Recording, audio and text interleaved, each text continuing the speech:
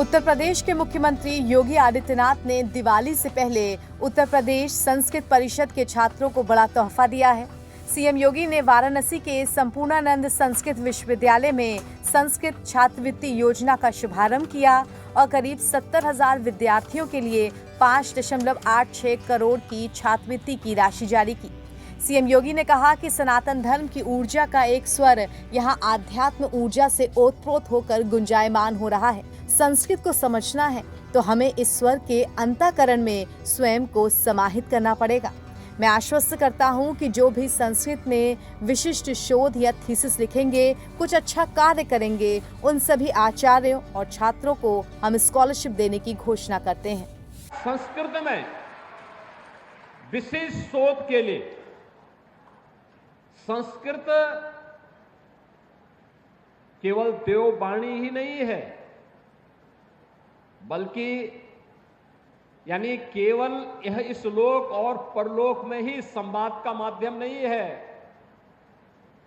देवगणों से ही संवाद का माध्यम नहीं, बल्कि ये भौतिक जगत की तमाम समस्याओं का वैज्ञानिक रीति से सुलझाने का एक माध्यम भी बने। इस पर शोध करने के एक विशिष्ट कार्यक्रम को आगे बढ़ाने की आवश्यकता है। आपने देखा होगा, हम लोगों ने काशी हिंदू विश्वविद्यालय में एक वैदिक विज्ञान का एक केंद्र बनाया है। वैदिक विज्ञान का एक केंद्र भारत की प्राचीन संस्कृति पर विशिष्ट शोध को बढ़ावा देने के लिए, और मुझे लगता है संस्कृत को इसके शोध का केंद्र अपने आप को बनाना पड़ेगा।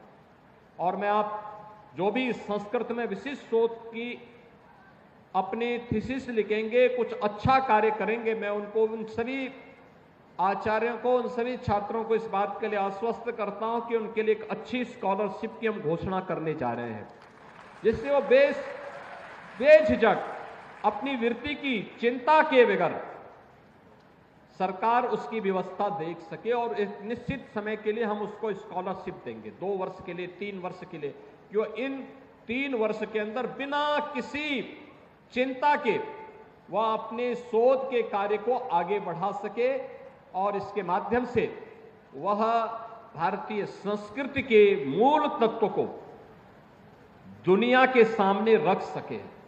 यह आज की सबसे बड़ी आवश्यकता की चकाचौंध भरी दुनिया में हर व्यक्ति भौतिकता के पीछे भाग रहा है, तब भी उत्तर प्रदेश के अंदर लगभग 1.5 लाख बच्चे ऐसे हैं जो संस्कृत के साथ अपना जीवन समर्पित करते हुए भारतीय संस्कृति के लिए अपना जीवन समर्पित भाव के साथ आगे बढ़ा रहे हैं। स्वाभाविक रूप से उसका संरक्षण करना इस शासन का दायित्व होना चाहिए, समाज का दायित्व होना चाहिए, और सरकार अपने उसी उत्तरदायित्व का निर्वहन करने के लिए आज आपके पास आई है, आपके द्वार पर आई है। इन सभी छात्रों के लिए अभी तो हम लोगों ने घोषणा की है, और हम लोगों ने आगे से व्यवस्था करने के लिए हम व्यवस्था करने जा रहे हैं कि अब संस्कृत विद्यालयों में हम ऐड उन्हीं संस्थानों को देंगे जो अपने यहां छात्रावास की व्यवस्था निःशुल्क छात्रों के लिए करेंगे और खाने पीने की व्यवस्था करेंगे।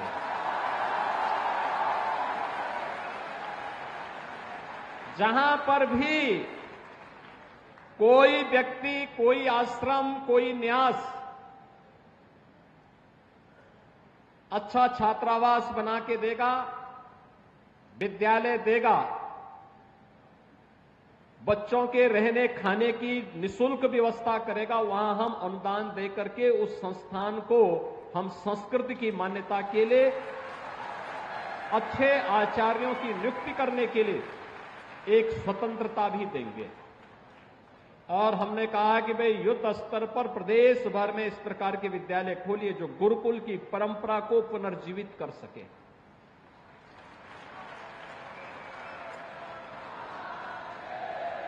क्योंकि ये परंपरा ही हमारी वास्तविक ताकत है।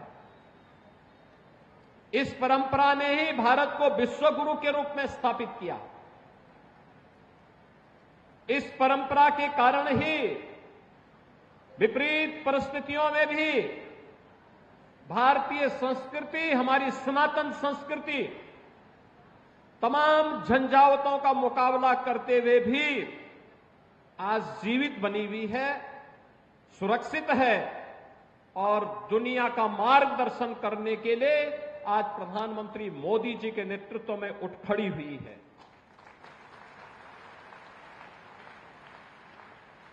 बहनों और भाइयों, मुझे लगता है कि अब ये समय प्रधानमंत्री मोदी जी के नेतृत्व में भारतीय सभ्यता, संस्कृति, सनातन धर्म और भारत का समय आ गया है और भारत के इस समय को, संस्कृति को नेतृत्व देने के लिए अपने आप को तैयार करना होगा। इसके लिए आज मैं आपके पास आया हूं। अभी ये स्कॉलरशिप प्रथमा से लेकर के प्रथमा के बच्चों को अब तक स्कॉलरशिप नहीं मिलती थी। हमने कहा नहीं भी, उन बच्चों को भी स्कॉलरशिप दीजिए। संपूर्णानंद संस्कृत विश्वविद्यालय सबसे पुराना विश्वविद्यालय, यहां के बच्चों को स्कॉलरशिप नहीं मिलती थी। हमने कहा नहीं, वहां पर पहले व्यवस्था वहीं से शुरुआत करनी है और आज इसीलिए हम लोग आए हैं। इसलिए सभी बच्चे अपना अकाउंट जिन लोगों ने खोल लिया है और जिन्होंने अपने फॉर्म भर लिए हैं, उनका स्कॉलरशिप कल तक उनके अकाउंट में पहुंचेगा। जिन्होंने नहीं खोला है वे भी तत्काल लग करके अपना अकाउंट खोलेंगे। माध्यमिक या उच्च शिक्षा विभाग, उत्तर प्रदेश शासन इसको देख रहा है। वे स्वयं इस बात को सुनिश्चित करें कि हर एक बच्चे का स्कॉलरशिप के लिए अकाउंट खुल जाए और ऑनलाइन उनकी स्कॉलरशिप उनके अकाउंट में वर्ष में 2 बार जाती रहे, जिससे उसको इधर उधर कहीं भी अन्य कार्यों के लिए इधर उधर जाने की आवश्यकता न पड़े। इसके बाद संस्कृत में विशेष शोध के लिए संस्कृत केवल देववाणी ही नहीं है, बल्कि यानी केवल यह इस लोक और परलोक में ही संवाद का माध्यम नहीं है, देवगणों से ही संवाद का माध्यम नहीं, बल्कि ये भौतिक जगत की तमाम समस्याओं का वैज्ञानिक रीति से सुलझाने का एक माध्यम भी बने। इस पर शोध करने के एक विशिष्ट कार्यक्रम को आगे बढ़ाने की आवश्यकता है। आपने देखा होगा, हम लोगों ने काशी हिंदू विश्वविद्यालय में एक वैदिक विज्ञान का एक केंद्र बनाया है।